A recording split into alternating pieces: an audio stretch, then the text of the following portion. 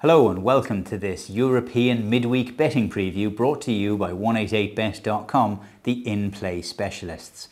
Well, we certainly enjoyed a dramatic start to the Barclays Premier League at the weekend.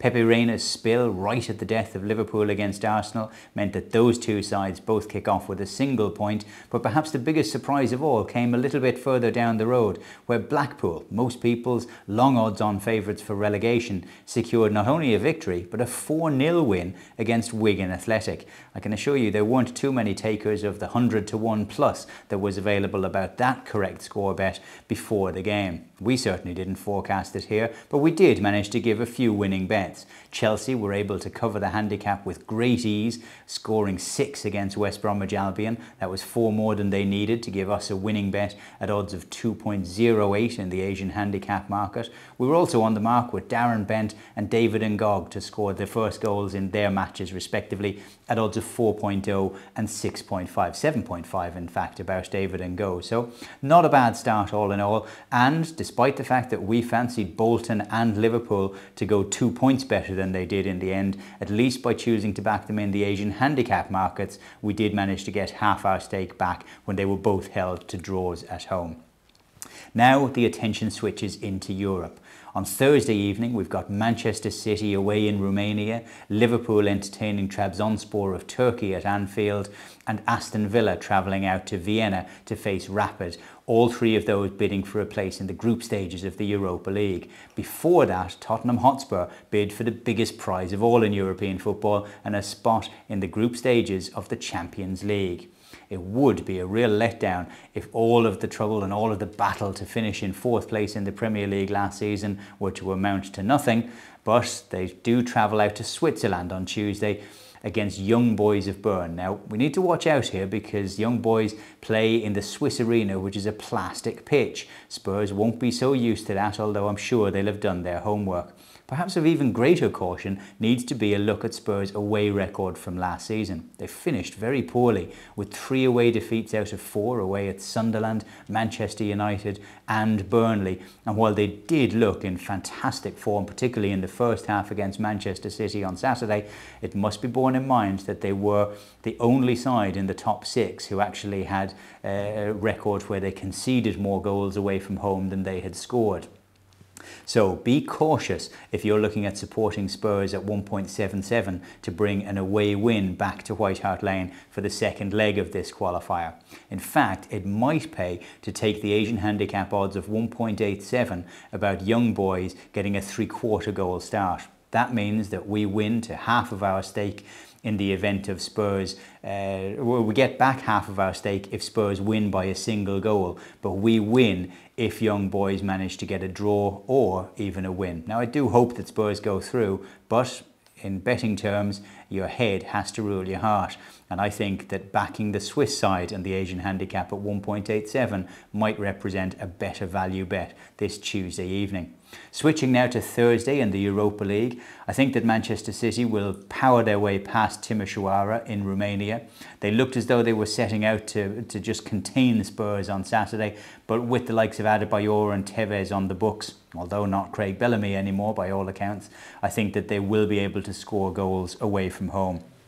You can back them at 1.6 to win in the 1x2 market, but I think that it's worth taking 1.82 in the Asian handicap market, where we win to half of our stake with a win of a single goal, or to the full of our stake at those odds if Manchester City win by 2 goals or more. If you fancy a correct score bet, I think that odds of 6.5 about a 2-0 victory looks the most likely outcome for the game. Switching back to Anfield, and Liverpool take on Trabzonspor at home for the second time. In 1976, the Turkish side had surprised Bob Paisley's team by winning 1-0 in Turkey, but when Liverpool got them back to Anfield, they managed to go through comfortably with a 3-0 win. Goals courtesy of Steve Highway, David Johnson and Kevin Keegan, for those of you like me who've got a few more grey hairs than we might like to admit. I think that Liverpool will come through quite comfortably in this game again. They're very short odds though, 1.23, that's just a little under 4-1 on to win the game. And it should be noted that Trabzonspor only lost by more than a single goal on one occasion away from home last season. They will be travelling over here to get plenty of men behind the ball.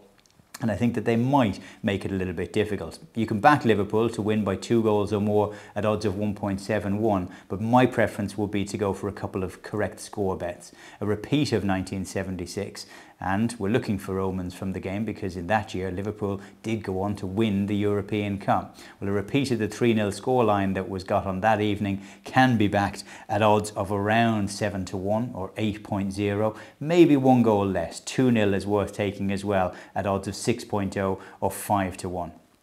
And I fancy David Ngog to continue his good goal scoring record. He opened the scoring as we had forecast against Arsenal on Sunday, and he had also opened the scoring in the 2 Europa League qualifying games that were played in order to get to this stage. So at odds of around about 6.0 or 5-1, I think he's reasonably good value to open the scoring as well. It was, of course, great to see Fernando Torres on the bench, but maybe David Ngog has got 1 or 2 games left in the locker to continue his good goal-scoring record. The final game involving English Premier League sides in Europe is Aston Villa against Rapid Vienna. Now, this time last season, Vienna caused an upset by knocking Villa out of the competition. The man who scored the opening goal on that occasion, Nikita Jelavic, is in scoring form as well. He scored twice in their 3-0 victory over Bulgarian opposition in the second leg to get this far, and he's been on target in the domestic league as well. Now, Rapid Vienna they've won 2 and lost 2 of their opening 4 games, but they hit 5 in a cup game on Saturday as well. So they're in scoring action. I think that Villa will be good enough. I think that odds of 2.15 about an away win are pretty fair as well, particularly given the great start to the season that they got on Saturday. They looked really a side that were up for it this season. A great performance, particularly from some of the young lads. Mark Albrighton out on the wing was setting up chance after chance. I think that John Carew will be able to convert one of those, and he is good value at odds of around about 5.5 to get his first name onto the score sheet. Perhaps a 1-0 victory for Villa at odds of around 6.5 represents a good way to go, but I think that they will come through with an away win at odds of 2.15. That wraps up the Barclays Premier League sides in action in Europe this midweek. Join us again on Friday when we'll be previewing the second round of fixtures in that very competition. We've got the highlight possibly being at the City of Manchester Stadium when Man City take on Liverpool, but we'll also be looking at whether sides can repeat some of the big surprises from last season. Fulham take on Manchester United. They won that fixture 3-0 last year. Wigan take on Chelsea, looking to bounce back from their desperate start to the season. They beat Chelsea 3-1 last season, and they're at home to them this time around again. We'll have a look to see whether that's possible.